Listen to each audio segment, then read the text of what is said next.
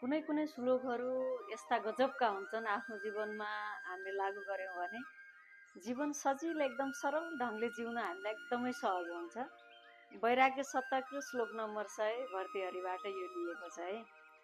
धैर्यं यस्य पिता क्षमा च जननी शान्ति स्थिरं गेहिनी सत्यं मित्रमिदं दया च भगिनी भ्राता मनः संयमः शय्या भूमितलं दिशोऽपि वसनं ज्ञानामृतं भोजनम् एते यस्य कुटुम्बिनो वद सखे कस्मात् भयं योगिनः।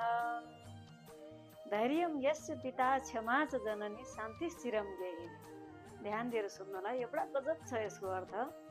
धैर्य जसको पिता छ, क्षमा गर्न सक्ने जसको माता छ, शान्ति स्थिरम गेहिनी, गेहिनी भनेको श्रीमती, जसको शान्ति कायम गर्नेवाला भन्छन्, एकदम शान्त शीतल स्वभावको श्रीमती जसको छ।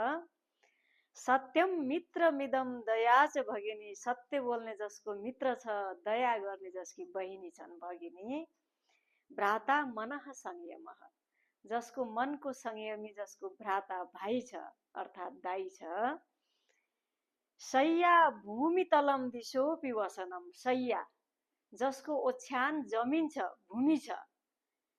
दिशोपि वसनम, दिशा अर्थात् आकाश जसको वस्त्र छ, लुगा छ। ज्ञानामृतम भोजनम, ज्ञान रूपी भोजन जसको छ।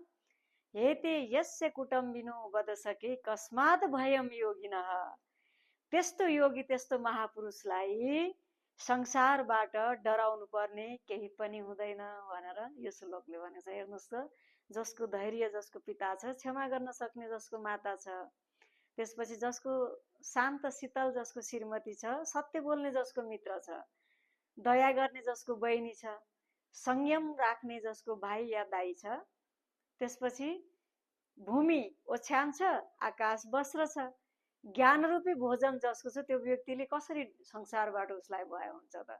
आफै सुखी भयो कि भएन? कति राम्रो सुन्दर श्लोक छ यो भर्तृहरि वैराग्य सत्ताको श्लोक नम्बर 100 बाट यसलाई लिएको छ। यहाँहरू पनि आफ्नो जीवनमा लागू गर्नुहोस् है, बडा गजब छ।